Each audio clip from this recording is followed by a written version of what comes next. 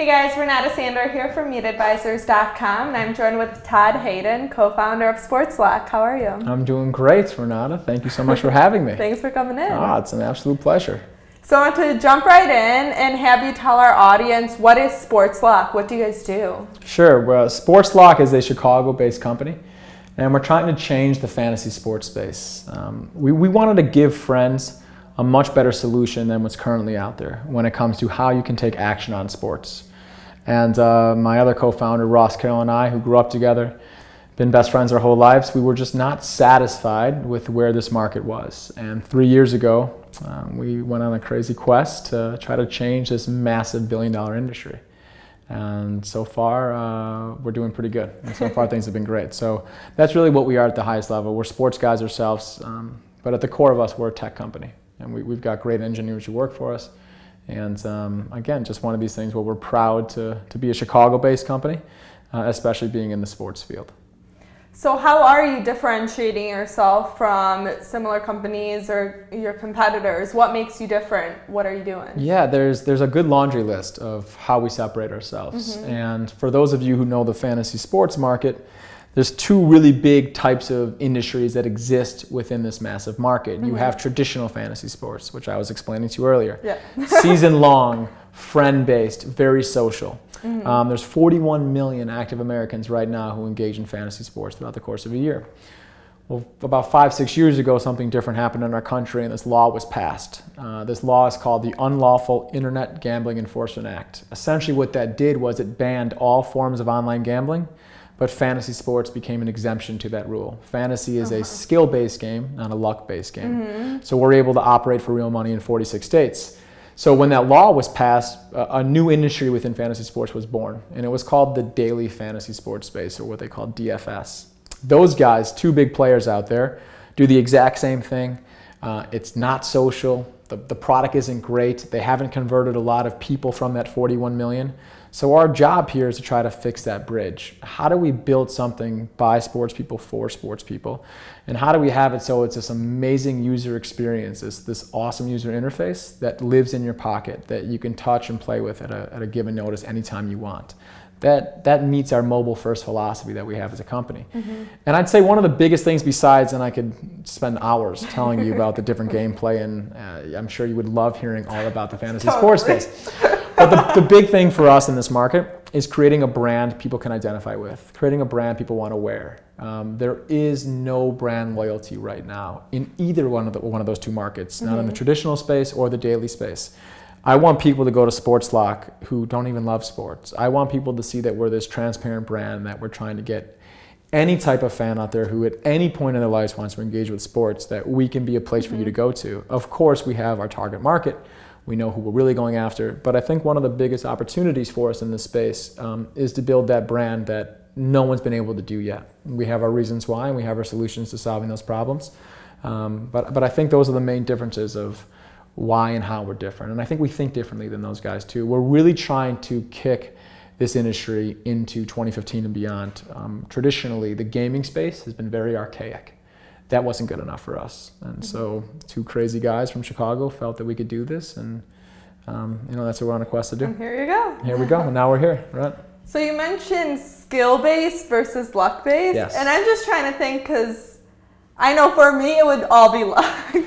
So how does that entail? Like, obviously doing your research on the players? Yeah, it's look, picking fantasy players or picking players, which is what the fantasy market is all about. For those who don't know fantasy sports, you draft players or you get players, and then you're hoping that those players that are on your team have a good statistical performance. Our stat categories and how fantasy points work, it's a combination of all the stats a player would get. For basketball and football, they're different, but it's an accumulation of different stats. So in the terms of how the government decides what is skill-based and what is luck-based, there's 4 certain bullet points that make our space a game of skill and not a game of luck, and we have to adhere to those things. One of them is you have to have multiple games going on a given day in order to put money on one of those games and win money. So like the Super Bowl. The Super Bowl only has 2 teams playing. You can never bet on the Super Bowl. That would be illegal based on the rule. Got it. You can never do one player versus one player. You have to have a roster of a team, so multiple players. So like a March Madness. Yeah, well, March Madness is different. One of the rules also is you can't bet on teams. So you can never bet your team, Arizona. Okay. You can't root for Arizona. You can root for them, but under this UGA law, you can't bet on the whole Arizona team. You have to build your own team. Those are things that make it a skill as opposed to luck. Whereas in Vegas, you can go and you can bet who's going to win, the Bulls or the Milwaukee Bucks. Vegas, in terms of online gambling, calls that a luck bet, not a skill-based bet. Got it. So that's a whole different interview and conversation of where the law's at and what needs to be changed and fixed. We've almost become these pseudo-lawyers a little bit because we have to know so much about this law. We've got a great set of attorneys who help us with this. And so, we're fortunate we've got a very good understanding of it. So who is your target market? Who are you going after? We're going after all types of sports fans, but I think the core demographic we're going after is that 18 to 34-year-old male, social, although a lot more females are getting into this space also. So it's hard for me to say that that's all we go after, but if you had to say, like, who's the nucleus, who's that core, who do we think will make this thing viral the quickest, things like that, share it the most, we want that young audience. I want people who live and die by their smartphones, the audience that doesn't let it go within an arm's length reach 24 hours a day, which about 92% of smartphone owners in that demographic do. And they're social, and they love sports, and they went to a big school, and they have disposable income. We're in a market where in order to play, you got to put money on our app. We also offer things for free, but for us, we're focusing on how do we get friends who want to take action on sports and risk money to win money? How do we go after them? So that's really the core demographic for us. And so growing this business, what are some of the challenges that you've seen, that you've faced growing it? And then how have you overcome or overcoming these challenges? As I'm sure most of your audience knows, every single day is a new challenge, right? It's the things you don't expect and they come out of nowhere. And I think what we've learned over the 3 years is how to deal with that adversity much better since we started this company. Ross and I had to fail many times to learn. In our mind, that's the right way to do it. We've been fortunate where we've had incredible advisors from the beginning, and still bringing on better people in all types of different industries to help work with us and make us sharper and make the team better. But one of the things that, like I said to start this interview, we are a tech company. We need incredible engineers, and we're always looking to grow that team. And it's not the easiest thing when you've got such a high demand, especially on the iOS side, for mobile developers. And so if you're a sports fan out there and you're not happy what you're doing, we're always looking to bring more people onto our team. So I'd say the biggest challenge for us has been, it took us a really long time to have our core team, which is with us now, to find it and get it in place. We had to go over turnover. And of course, when you deal with turnover, you almost set yourself back almost every time. So that to us was probably been the biggest challenge. On top of that, this is our third business that we've been running underneath the parent company Ross and I started 3 years ago. We're very fortunate that we've had people behind us where we were able to pivot and continually get people to give us the capital that we needed to execute on our vision. And so, but the biggest challenge would probably be finding the right people to help us. Again, it took us a long time. We're there. Now we're looking to grow it. So as we go down that path again, it's, what's the best way to find those people? How do we spend the least amount of money searching for it, the least amount of time searching for it, especially when we're trying to move very quickly. And you just mentioned that you're in your kind of third phase. So what was the first, the second? How did you get to where you are? And then what is next for you? Sure. So, and I was here, a year ago. It's so funny how fast things go and how different things can be in a year. The first company, everything's been in the sports space, always in this market. The first product was a website we launched. We were able to gather a lot of good information from that. We wanted to go mobile first. We pivoted to our first mobile app. It was a very simple, clean app called Lock. But it wasn't legal for real money. And we wanted to be in the business of playing for real money and making real money, not playing for social currencies. It's just not what inspires Ross and I. And to any other entrepreneur out there who I'm assuming feels the same way, you got to be really passionate about what you're doing. To invest 7 days a week for 3 years, you better be into what you're doing and really believe that you're doing it for somebody like you and building something from necessity. And that's who we are, and that's why we're doing this. So where we're at now is SportsLock, and where we want to go. I mean, we just launched this thing 2 weeks ago. We haven't started marketing it yet.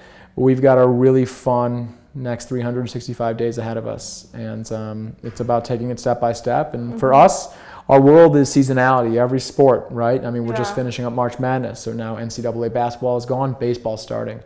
Before we know it, we'll have football, college and professional football will be here. We want to be adding sports. We're looking to add golf and hockey. We currently offer 5 sports right now. College basketball, college football, and then professional football, basketball, and baseball. So the road for us looks like gaining users, continuously iterating on our product, doing it quickly. We've got an incredible nucleus so far already on the app, people who are using it every single day and really liking it because there was nothing out there like us before. And so now it's about how do we learn more about those people? How can we identify with them better? How can we continuously give them what they want, get their feedback? Really setting up a customer service business right now as opposed to trying to scale this thing quickly on the user side. Right. I'd rather have a really, really strong core of a nucleus that can grow when it's ready as opposed to trying to go get thousands of users right out of the gates. Yeah, it's just, there's nothing wrong. I'm sure there's things that are wrong with growing too fast, but that's a good problem to face. But for us, how big this market is, how fortunate we are to be as capitalized as we are, things like that allow us to really focus on the product. So that's where the focus is from the team. So what's your favorite sport? My favorite sport, well, I'll tell you what, from an opportunity standpoint, my favorite sport is golf. Okay. That's where I see the most potential in terms of new users in the market and us really being different. There's so little in what's called the kind of fantasy golf or even the betting golf world out there that lives on your mobile phone. So that's a huge opportunity for us. As a fan, I'm a big sports guy, and I run a sports company. So I love football, I love basketball, I still play a lot of basketball. But I'd say from an opportunity, our biggest opportunity right now, both nationally and internationally, is golf. All right. So wrapping things up, what is that one piece of advice that you would give to our community of entrepreneurs and meet advisors? I always say you got to make sure you're still passionate. The day you wake up and you're not loving what you're doing, you're not in it for the right reasons, go find something else. And I'd say you got to surround yourself with smarter people. If there's any entrepreneur out there who thinks they're the smartest person in the room, then you should fire yourself and go do something else also. This is it's a roller coaster. Being an entrepreneur is a roller coaster. You have incredible days and you have some very low days that are hard. And as you grow your team, of course, you got to know how to manage people the right way. And there's so much riding on the shoulders of an entrepreneur to try to not feel that pressure and to remember why you're doing this every single day is probably the most important thing. And always ask for help and get help. I think what you guys have done a great job of is creating this community, a place where people can go and try to be inspired and learn and share what's helped or what hasn't helped and what's worked and what hasn't worked. And to me, that's what being an entrepreneur is all about, is what networking is all about. So I'd say if you lose the passion, change jobs, go do something else, go back to corporate America. But the advice is, and I think you guys know this too, look at how much you guys have grown and where you guys are at now. You gotta, it's worth it in the end. If it's successful, it can be worth it. And no matter what, we've learned so much from this already. So to any entrepreneur, there's very few failures, I think. And I think a lot of us judge successes based on what the exit looks like. But if you can learn from every step of the way, and especially young entrepreneurs, we're in our young 30s. Hopefully we can do this many more times. That's the plan. So it's to stay passionate and keep grinding and know why you're doing it and try to give back. I love trying to help and we're very transparent about that. And if there's ways we can ever help the community, we're very easy to be reached. We're at sportslock.com.